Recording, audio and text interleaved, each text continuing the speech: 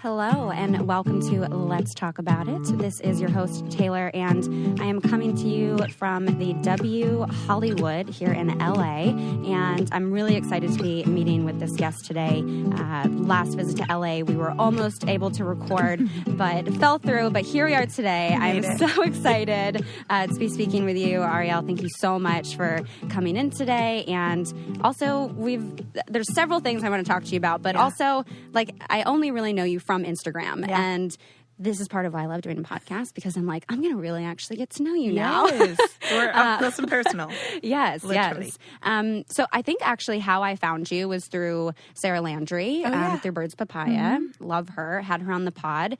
And you also did you do some modeling, you write a lot of poetry, and just started following you and was like, this girl seems like such a badass. So thank you for coming in, and I'm so excited to get to know you more today. Yeah, thank you for having me, and welcome back to LA. Yeah, thanks. It's a beautiful sunny day here. But also, congratulations, because you are recently engaged. Yes, there's a ring on it. 80 days. Well, 79 now. I was 80 yesterday, but 79 days and we get married. Yeah. That's amazing. Yeah, we're very excited. Yeah. So one thing that drew me to you, where I was like, I want to talk to her. You're in an interracial relationship. Yeah. And people always usually ask me a lot of questions about being in interracial relationships. I'm half black, half white.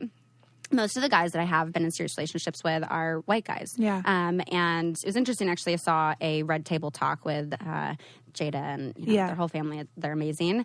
Where she was saying, I've never actually been able to ever date a white guy, because I never feel like they can empathize and understand the struggle of being a person of color. Yeah. And I really sat on that for a bit, and now I feel like I go about dating in a very different way, Totally. I mean, obviously, I've had my own racial identity journey, but would love to hear you share a little bit just about kind of how you and your partner met, and what your dating history was like when it comes to race, and just what that's been like for you. Yeah, so I didn't date any white guys before my fiance. I always wanted to. One of my first poems I ever wrote was called Arctic Fever, and it was literally about I've always liked white guys, and it didn't necessarily have anything to do with them being white. It was eyes are really big for me. And so it doesn't matter what color you are with the eyes, but I'm going to look at the eyes, you know? And for me, it's I have brown eyes, so I want to add a little pizzazz to the mix, And so, growing up, all my celebrity crushes were Ashton Kutcher and Zac Efron, and I'd never. And it wasn't that I wasn't attracted to other people. It's just that's initially where my heart was drawn.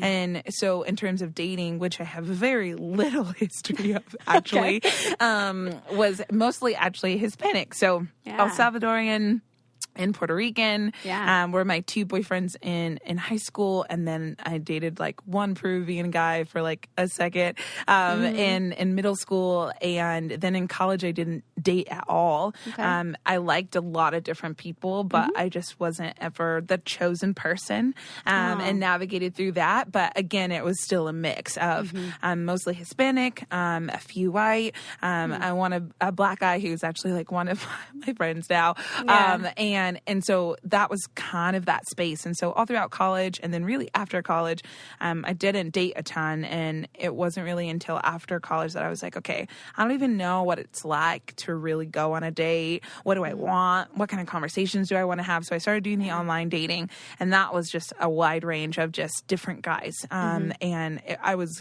again, going for the conversation. I don't do surface level well. And so if we stayed, at that level, I was just like, no, I don't care what you look like. There's no depth. There was none of that. And so then I take it you're a fan of Love is Blind on Netflix right now. Oh my God, that's so funny. My friend Dave and I were just talking about this. And if I try and lie and say that I am, he's going to call me out right now. I'm really bad at television, to be completely honest. I don't really have the most time with it. I just watched it this weekend because my sisters were watching it, and I was home in the Bay Area visiting there. And so I peeked into a few episodes. Yeah. But I still don't know how I feel about it. I think televised love is hard for me just in general. Yes. But the whole concept, right? The whole concept of of it. Yeah. Yeah, the whole behind the wall, fan of that. Loved it. But then it's like, now you got to get married. I'm like, whoa. Yes. Like, learn, grow. Yeah. Anyway, to each their own. Yes. And then fast forward, it actually was in the year where me and a bunch of girls from like all over different states decided, okay, we're going to go on 12 dates this year. And we're going to do that through an app usually. And then if we meet people in person, great. And so we documented like, okay, we're going on this date. This is how we feel about this guy. This is what we like. This is what we're taking. And then we go on a second date. Why are we going on a second date? Would we go on a second date? And it was really cool. Very intentional. To just like explore the conversation of dating. And I think I got like 6 dates in, and then I met my fiance John, and we met through Instagram actually, which is really funny because I was like very much so like, I don't want to be on an app. I just want to send a coffee shop, and then he walks in, and then we look at each other, and I'm reading, and I wanted the story, you know. And it's funny because I got the story, but not what I thought it was going to get.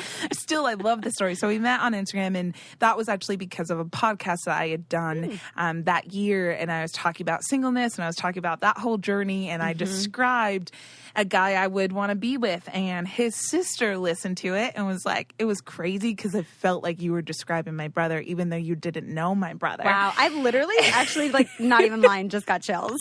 And so she sent him one of my poems on my Instagram story, and he heard my voice first. And there's like 4 other girls in the video because we were just like walking through a sunflower field, and he was trying to figure out which one was me, but he heard my voice first, and he was like, who is this? Gosh. And then he started following me. We started like commenting and back and forth, and then I DM'd him, and it would kind of just trickled from there. And so oh my goodness. I'm shocked all the time because he's very much so like anything and everything the 12-year-old version of me. And even now, like, wrote in her journal, you know, like talked about wanting and desiring, and not just physically, but just his understanding and the way he asked questions. And we dove, I mean, straight in from the first couple conversations. And there was no surface level about him, which I genuinely appreciated. And he was very straightforward, and it wasn't a matter of questioning, you know, how he felt or how he didn't feel. And so the conversation of that was just very easy. It was very easy to fall in love with him.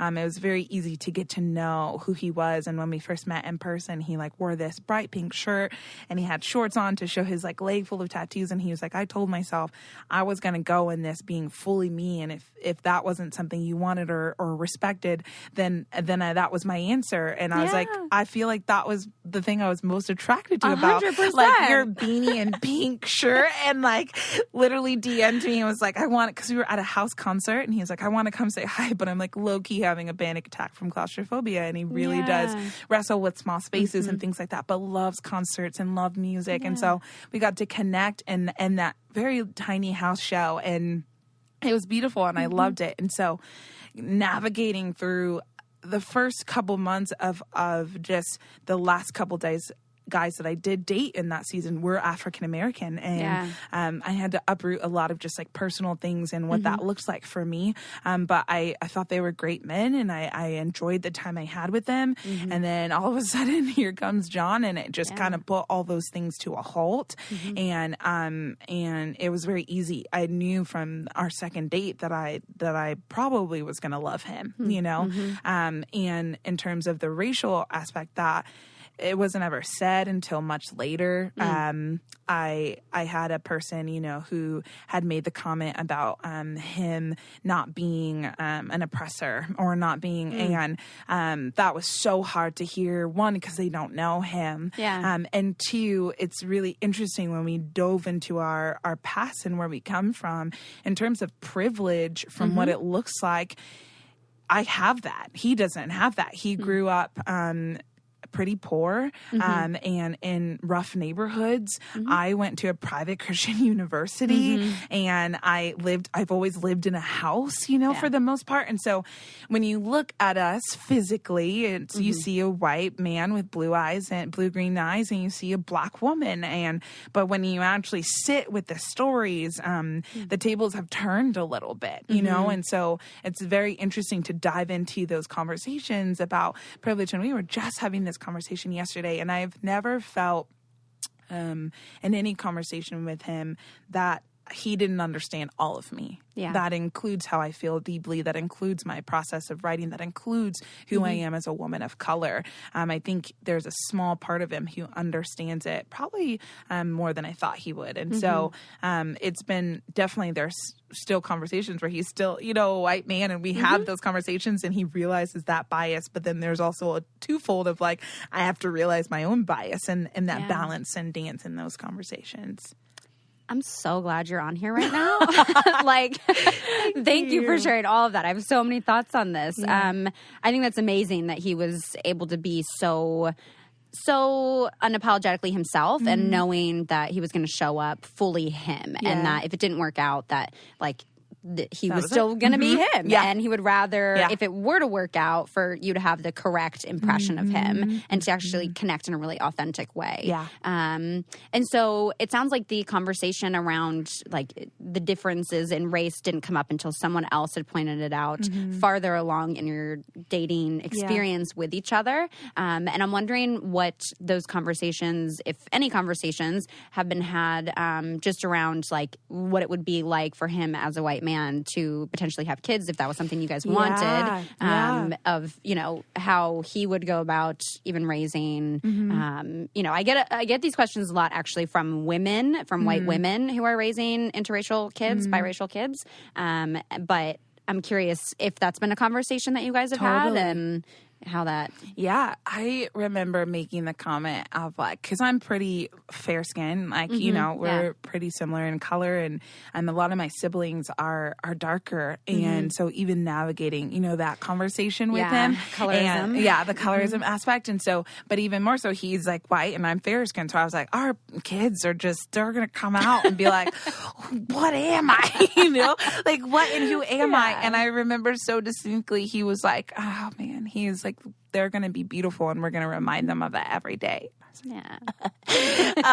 And even more so, he's a history nerd. So he loves so he educated. Culture. Yeah, he loves culture and stories. And he's very richly coded in those culture and stories of all people. He's very much so not just like, this is the world that I live in, but he's like, there's so many other worlds. How can I try my best in who I am and in my skin to understand them? And so we've had little conversations. Or there's one day he works at a coffee shop currently, and he said he had seen this girl, and so he had looked at me, he went to go hug me, and he was like, oh, you do have freckles. And I was like, what? Why are you like, where did that come from? That wasn't a conversation we were having, but it was like something and a continuation of something he was thinking about. And I was like, yeah, like in the summertime they come out, more. Same. And he was like, I saw this girl come into our coffee shop, and she had this like beautiful curly hair and like these freckles. And he was like, she instantly made me feel like that could be our daughter, or that could be someone we could have. And I just didn't know if you had freckles, because he has them. And so just like that train of thought. And we know we want to have kids. We also know we both have the heart of adopting or fostering as well. And because we just both have big arms and big hearts. And so we want to open a lot of doors. And so we've had like very delicate conversations. And even just yesterday, I talked to him about how when I grew up, my parents weren't like, you're black, you're African-American, you're African. That wasn't a narrative we had as my siblings. And we grew up with me. Your name is Arielle. You're a child of God. You're this and you're this and you're this. And then in addition to those things, you're African-American, and this is what that looks like. And even for us, there's 4 girls and a boy. So the conversation has changed because my brother is a boy, and he's a little bit chocolater and more chocolate. And those conversations having to be like, okay, Z, like we have to be careful about these certain things. And those were never narratives that we as my sisters necessarily had to grow up with. So just that context is so different. And just navigating through that. But even more so, like I know that with John and I, like our hearts are like these beings that we create regardless of what color or colors they come out as. Our goal is always going to be to remind them of their identity and their worth and their value as beings, period. And then we'll get into those nitty-gritty conversations of like, well, where does dad come from and where does mom come from? So that they never hopefully experience this torn experience of having to be one or all or the other, but navigating, as you know, that beautiful meld of being both. And that is your identity, both, you know, and navigating through that. Yeah. Yeah. And I mean, that's something definitely as a biracial person that I have had to navigate and struggle with. And I think having that emphasis on like your being and also that like your being can be both would be, I think, very beneficial for, you know, whatever future children you might have. And I'm curious too, because you mentioned earlier just about dating and like not being chosen throughout college. Yeah. But also I know that like I kind of want to get a little bit into faith as well. Because you mentioned even just now about your parents kind of instilling in you that like you are this being and you're a child of God, and the role that like faith and religion has played for you in dating and your art. Yeah. It's a central place for me. So.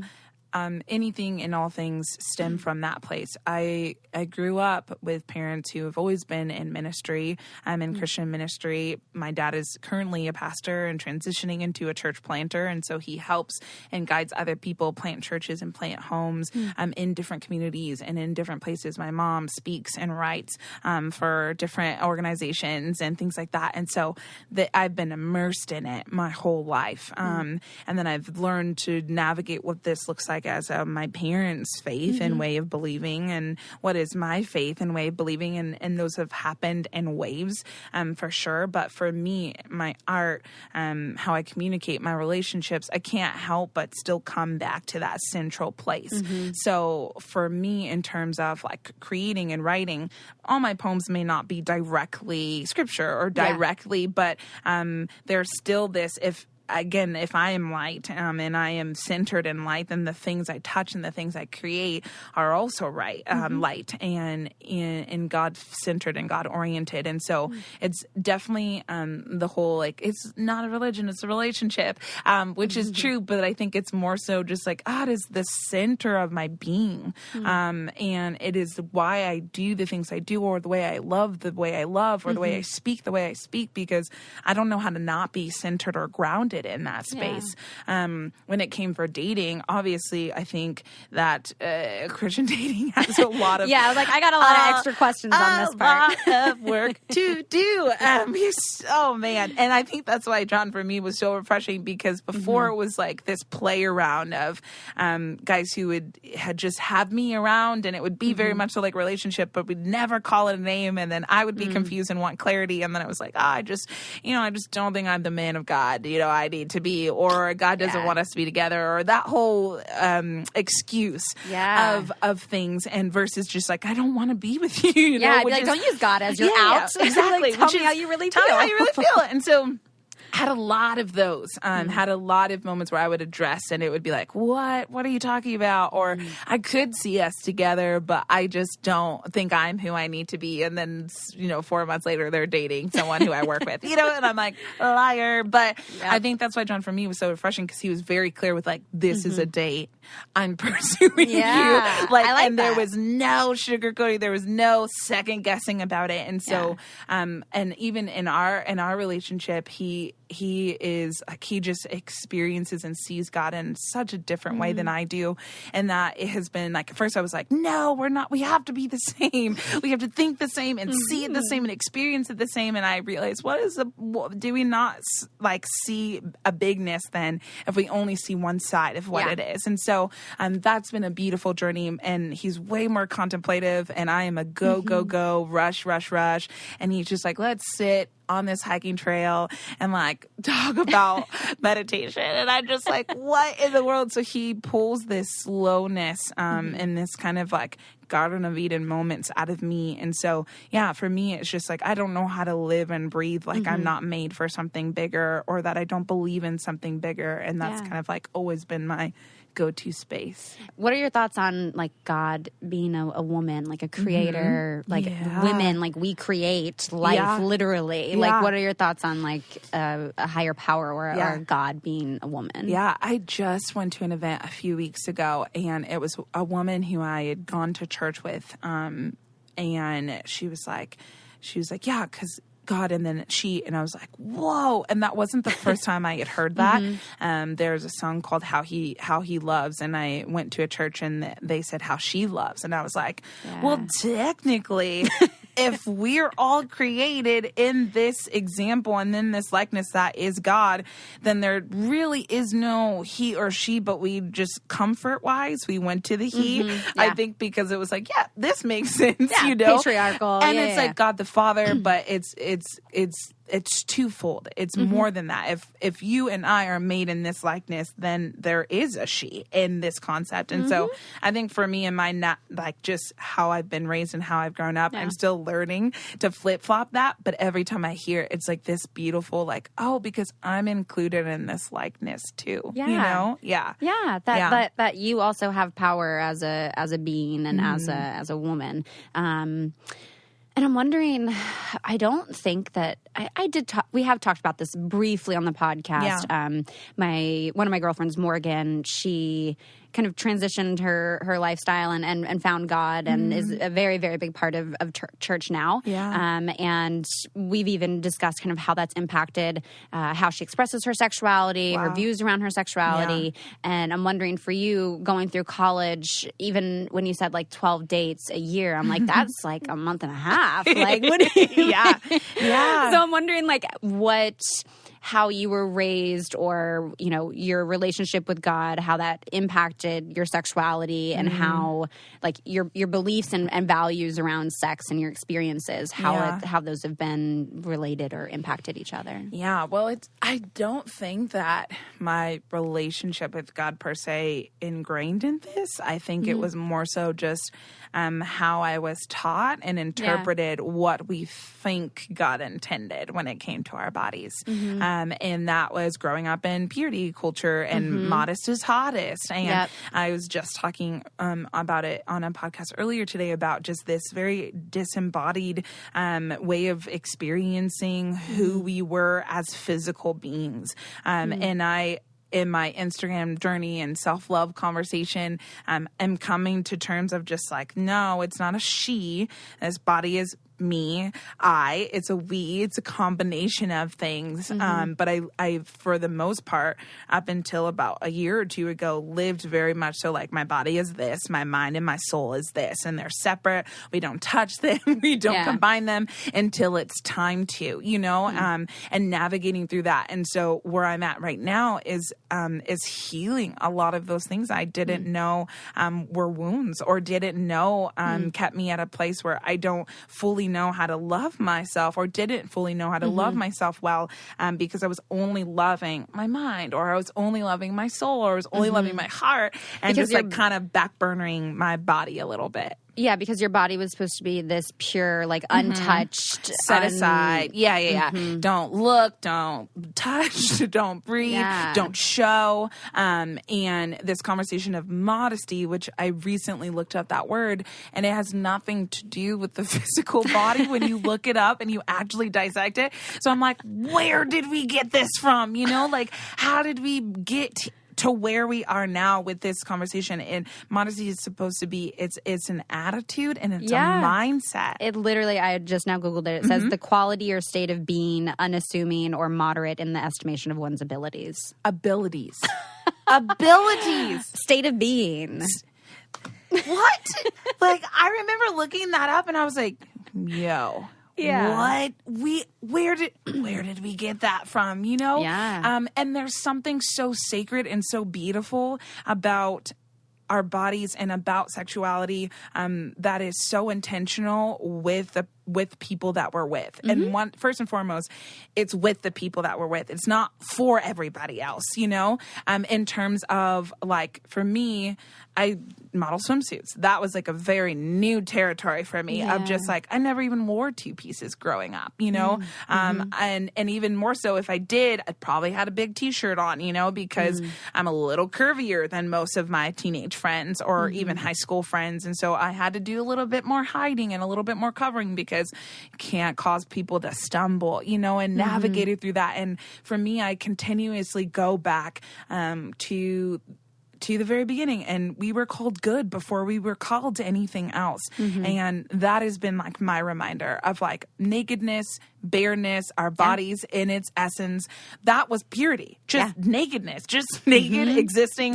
That was considered purity enough and good, and somehow we got where we are now. And it's I'm often I'm like, God, can you just like calm down real quick, give us a good TED talk, and then slide right back up. Like, just come back, just tell us, and then leave. You know, like, because we would otherwise we're just making stuff up. Really, is what we're doing. And so, that's where like you can also have that power to say that for yourself as well. At least I think in my beliefs here. But it's interesting that you bring up the modesty piece. I was at a talk. It was put on by Planned Parenthood. Erica Hart was speaking, and the whole thing is interesting because like Planned Parenthood was, sponsoring the event, holding the event. But a lot of what she was doing, it was the anniversary of Roe v. Wade, and talking about how when we talk about resources for sexual health and, services, that we also have to talk about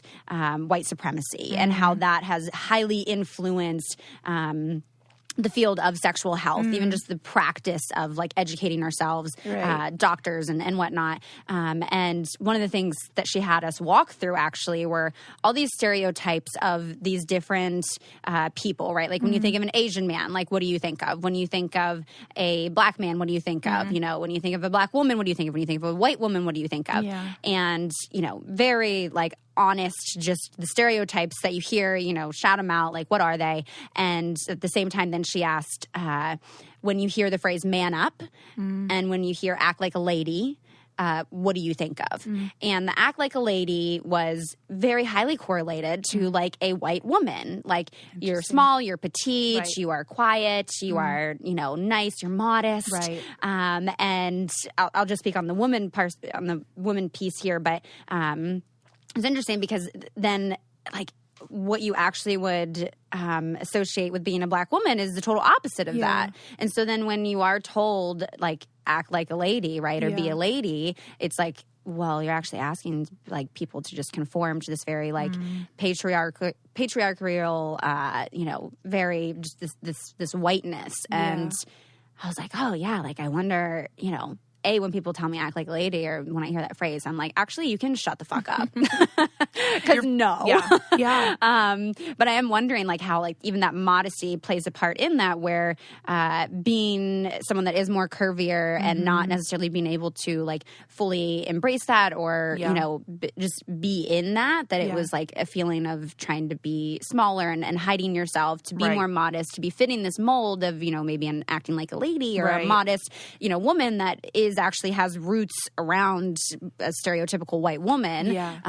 That I don't know. When I think of it, I'm just like, that's a mind fuck. Right. Well, overall, it's a regulation to be smaller in every aspect, not to speak too loud, not to take up too much space, not to embrace the way your body, resembles mountains and valleys. Like, in every aspect is just small, small. This conversation of being regulated versus being celebrated, and women in general tend to fall in the regulated aspect, and if it is celebrated, it's celebrated with such stipulation, and such small boxes. And so 100%. I think the conversation of modesty is definitely one that I'm still navigating, but more so it's just like if you think of this concept of light, if the sun was out all the time, we would be sunburnt all the time, or we would have too much of something, or we would have too much of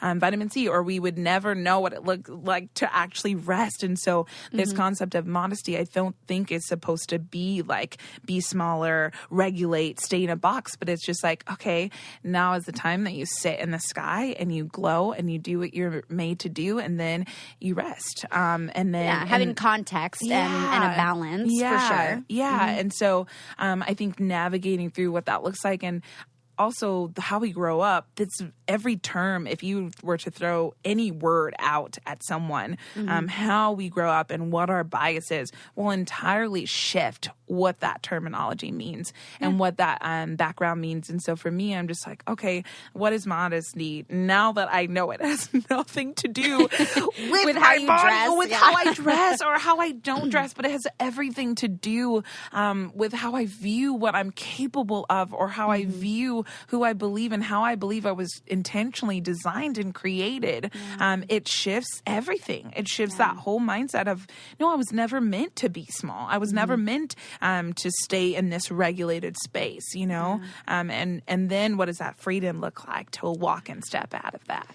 Yeah, and getting into that freedom piece and getting more in touch with your body, like, how has it been for you? And maybe it's a journey now. Maybe it's a journey that hasn't started yet. I don't know. But to be able to actually experience pleasure in your body. And I know you said something earlier, I don't remember, but made me think of this, that it sounded like you were setting your body aside and more focused on like your mind, right? And so therefore you weren't opening or sharing your body with others. Right. But were you able to share your body with yourself to experience pleasure on your own and any kind of like solo sex or experiencing and exploring with masturbation? Or was that like, you know, not something even that God, like that you would have been taught that would have been appropriate for God? Like, does even that own self-pleasure, does that taint a purity per se? That's definitely still, you know, a shame space. And so in order to navigate through that, I needed to navigate it through just how do I find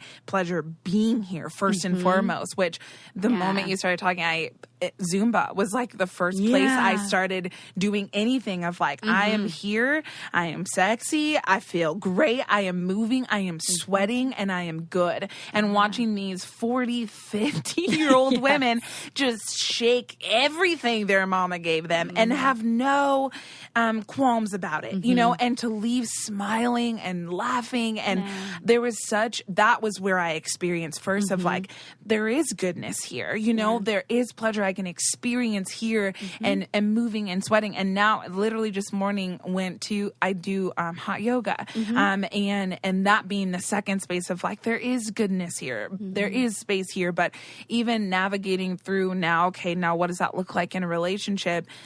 We've navigated through just like him holding my hands and kissing. I didn't have my first kiss until I was 24. And very just delayed, if you will, or just in good time experiences and still navigating through like, okay, what is good and what is shame, and navigating through, okay, now in the middle of that, like what is truth, you know? And I truly believe in the concept of saving some parts of who I am for the person that I'm like, you're going to deal with me forever. And I need to know that you're going to deal with me because I don't know fully what will unravel when I do tap into that intimate space with you. And so for me, that was like a really big thing. I know that I will fall in love with every single person I come encounter with, and I didn't trust myself almost to an extent. And I wanted that space where it's like, this is all of me. Like once you see me in my goodness and in my nakedness, that is all of me. And I need to know that you're in this journey with me, and that we're in it for the long haul, which is why I think I love the relationship I have with my fiance, because there are some days where we barely even, we like get to the end of the day. I'm like, did you even kiss me today?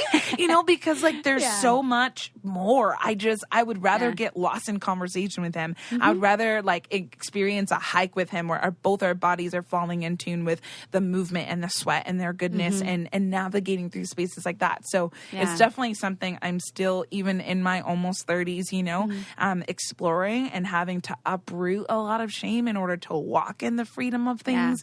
And still navigating. Yeah, I'm really happy to have you as a guest on today, and that you're open to sharing and talking about this topic, because I get a lot of questions from people asking about, because I didn't really grow up with any kind of religious background. Yeah. I consider myself more of like a spiritual person, but I do talk a lot about sex on the podcast, and am in training to be certified as a sex therapist. Awesome. And so I do get a lot of questions from people who grew up, very within, the mind of God and being a child of God, as you're saying, but experiencing so much shame around sex, and asking me, kind of like, how do I navigate through that? And how do I, embrace my sexuality and embrace my pleasure and my body when there's so much shame associated around it, and I feel like I'm being a bad person if I'm even touching myself, or if I'm engaging with someone else. Right. And so I'm like, if there's any other more thoughts that you can share on this of this journey for you, because it really is a question I get a lot, and I really haven't had anyone on the pod who could maybe even speak to that experience. Yeah. Oh man, I think that we have 30 years now of or plus, or however, whatever ages your audience find themselves in. In those spaces, you're not just uprooting moments of shame. You're uprooting deep-seated years of it. There's a lot to unlearn. Conscious or unconscious. And there's a lot to unlearn. And then there's also a lot to okay, I'm going to take this, but I'm not going to take this. And I'm going to navigate this into where I'm stepping into. And I told someone the other day, because even in my space, I'm still in a lot of faith-based worlds, and I'm in a lot of not faith-based worlds. And so navigating through that conversation of I post myself in swimsuits, and I post, sometimes I'll post a bra, and even in that of losing a lot of the other spaces, because that's not how they would like to have that narrative, and that's not the conversation that they would want to have. And I told her, I was like, I don't want to be responsible for raising another generation of women who are not at home in their own bodies. Because it comes back to, we were called good before we were called very good before we were called anything else. And we were loved. And that when we were loved. State. Yeah. In that naked state. And so, uprooting that shame is sadly, it's going to take a little bit. Yeah. And it's going to take some anxiety, and it's going to take some panic attacks, and it's going to take some learning, and growing, and really uncomfortable tension. And all you can do is sit in this moment, this day, and then the next moment, and then the next day. And there's no set scenario, but, and I think individually too, it looks very different. For me, I had to start working and sweating and moving in different ways that I wasn't used to, in order to find this, okay, I'm listening to you, I'm talking back to you, because the body does talk and the body speaks, and to listen to it. And if that initial clinch up kind of response that we have in those moments, where we instantly just shower ourselves with, you're not good, you're not good, you're not good. The first thing is always to bring back the truth, and the truth of that you were always loved, and that you were always good, and to come back to that space, and then to navigate, in the next wave. And so this is definitely a still conversation I'm having, but my senior thesis was about this conversation and interviewing a lot of women who were married and didn't know how to be with their husbands intimately, because we've been told for so long that we can't, and we got to turn it off. And then it's like, ta-da, now you can turn it off until you get married. And then when you get married, you better be turned on all the way, and it better be fantastic. Right. And you're like, that doesn't work, it just doesn't work. So what does that middle look like? And I don't know what that middle looks like. I have read a lot of people, Hillary McBride, Lisa Gungor, they're faith-based people who are having this sacred feminine conversation, which I really love. And I just listened to a podcast the other day. It's called the Trailercast, and they're both therapists. Not sex. Only one was a sex therapist. The other one was just a therapist who has these conversations with their clients. And they went in on all of the things. And even that for me in this season, I'm like, oh, wow. I didn't know that, that's new information to me. And so I am not speaking as an expert. I am speaking as a person learning and navigating with you. And for the first time in a serious relationship, and navigating what that balance looks like, and what that dance looks like, because it's a dance. At the end of the day, it's a dance. And and with yourself, it's a dance. And so only you hear the music and only you find the rhythm. And I think coming back to that space, but again, find the truth, and all of it, because usually the first thing we're going to hear is a lie. Yeah. Is there anything you can think of that you'd be open to sharing that could be an example of how you've navigated the process of, I'm going to keep this and I'm not going to keep that? Yeah, I think. And maybe like why? Yeah. So much of it is just like, one, I'm 2-ish years. I'll be 29 this year. And then, so I feel like this huge shift of like, snap, 30? Like, what the heck does that even mean? And then navigating through, how I grew up and how I was raised and who I thought I should be. And so I'm the oldest child. I'm a pastor's kid, and so I have all these narratives and I'm like, okay, I loved how I grew up. I wouldn't change that for anything.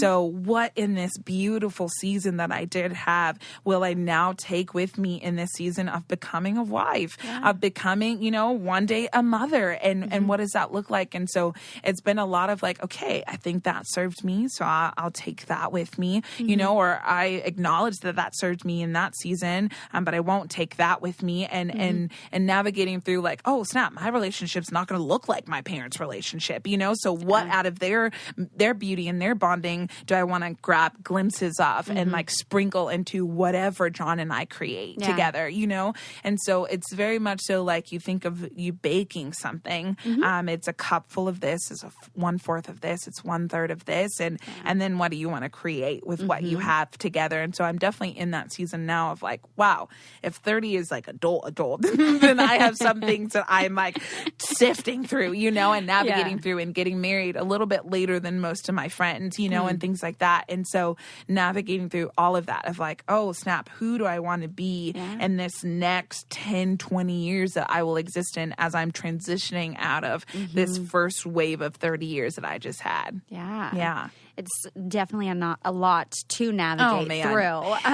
Therapy. It takes a lot of courage to do. And therapy has been a part of this experience for you. Yeah, I've started going back.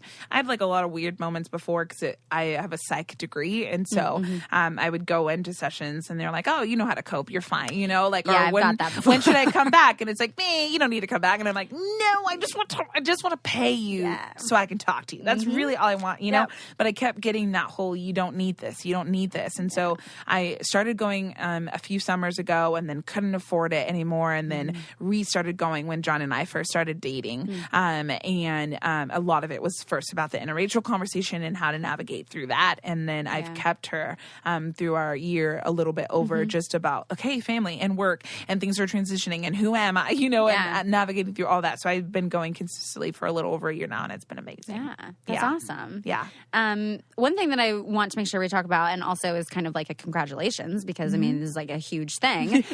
You like modeled for Kim K's line. Yeah, I did. Which is like, holy shit. Yeah, that was wild. Yeah. And just as we talk about like, experiencing in your body. You also do talk a lot about kind of self-exploration of body on your Instagram as well. Yeah.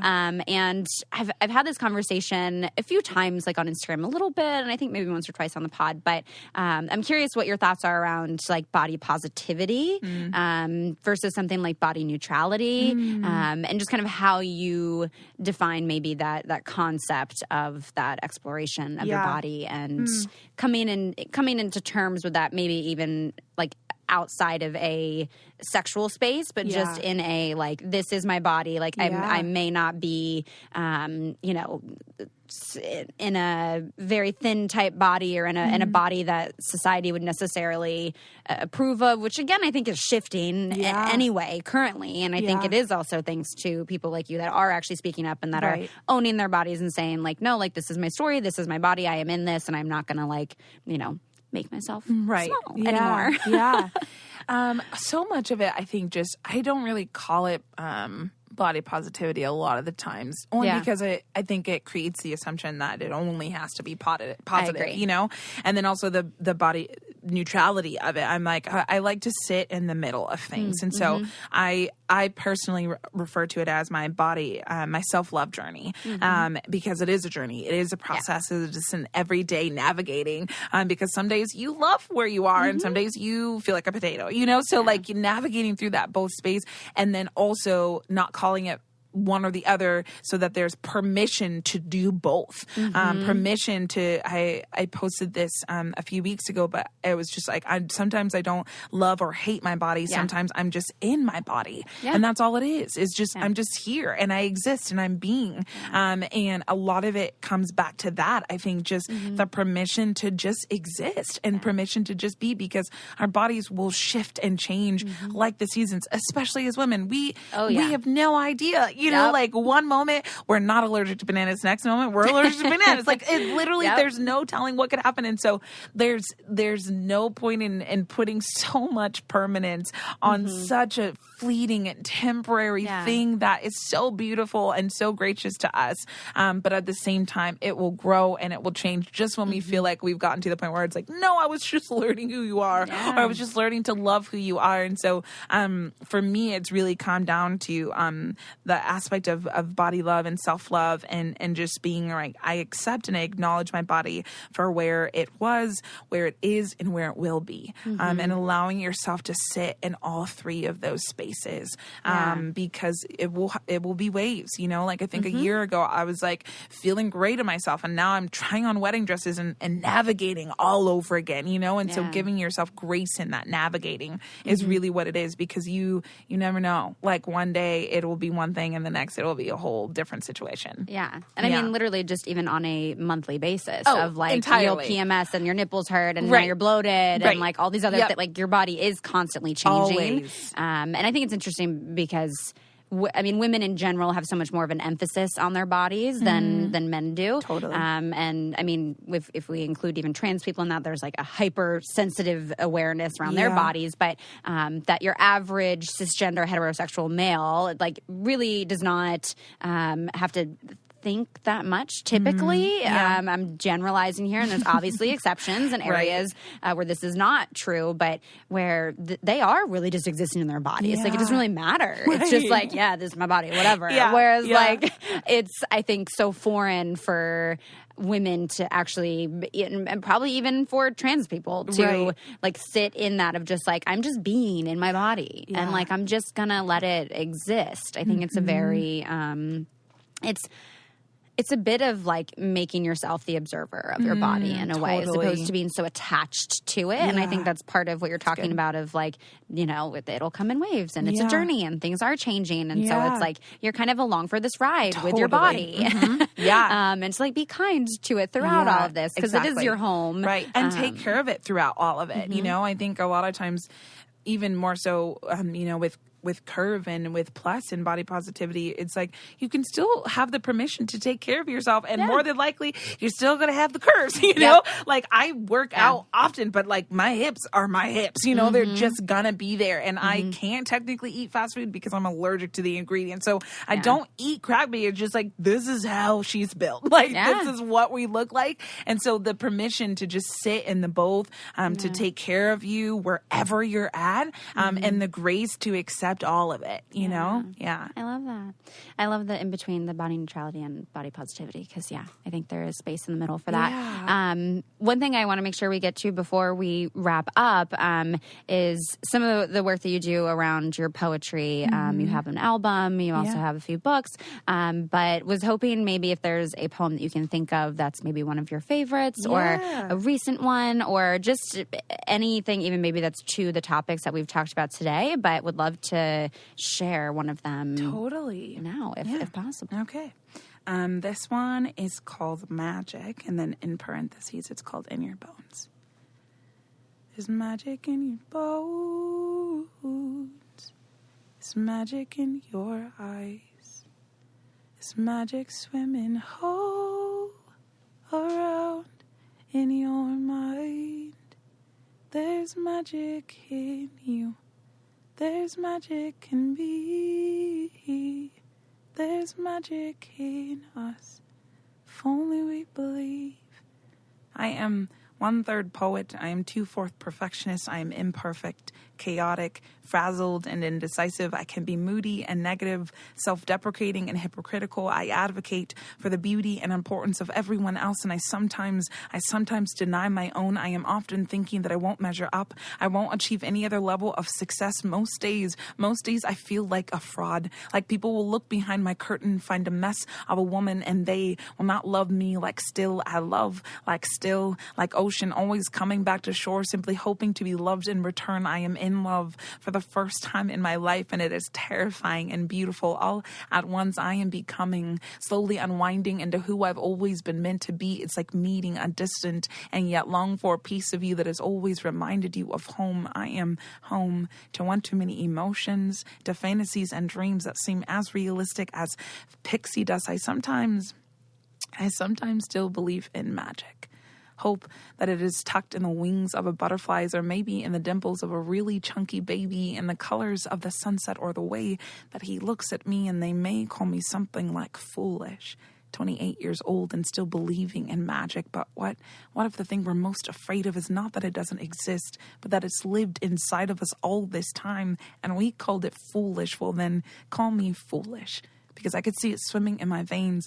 And every time I take a breath, magic tucked on the tip of my tongue. It is no wonder why these words are sometimes the most necessary healing I've come to know. So call us foolish, because I could see it swimming in your veins. And every time you take a breath, magic tucked into your very existence, so much so that your breath is a miracle, and you are a miracle. There's magic in your bones. There's magic in your eyes. There's magic swimming all around in your mind. There's magic in you. There's magic in me. There's magic in us. If only we believe. I'm literally crying. Oh my God. Thank you. That was so beautiful. Thank you. I need to pull myself together. Okay, so how can people find more of this, please? Yeah. Arielle Estoria for all things. That's iTunes, Spotify, SoundCloud, if you're underground like that. I have an album, which is poetry to music. I don't sing on it. Oh my God, you need to do one. Like, that was so beautiful. I'm like, that's a new territory. We're working through that. But it will come out. That piece will come out on iTunes at some point in time this year. So look forward to that. But yeah, everything is iTunes and Spotify. I have 2 books of poetry. You can find that on Amazon. But mostly everything is via Instagram. So that's Arielle LLE Estoria. That's amazing. Thank you so much for being here. This conversation was so amazing and so beautiful to end on that. I'm really glad we didn't open with that, because I'm like, I would not have been able to continue this conversation. Thank you. All right, that does it for today's episode. Thank you so much for making it all the way through and keeping your ears, your hearts, and your minds open. It would mean so much to me if you could take a second or two after listening to this episode to leave a review on iTunes and let me know what you're enjoying about the show. I love reading, what your favorite episodes are, where you guys listen, and definitely feel free to share this with a friend. I mean, part of how we break down the stigmas around these topics is by talking about them, right? And sharing them with more people. So definitely share the podcast. And again, really wanting to include all of you in this podcast. So if you have questions or you want to share a thought or an experience, please send in a voice memo to ask.letstalkaboutit@gmail.com. And I'm really excited to keep having these conversations and breaking down these stigmas. So thank you all so much. I hope you have a wonderful rest of your week, and I'll talk to you next time.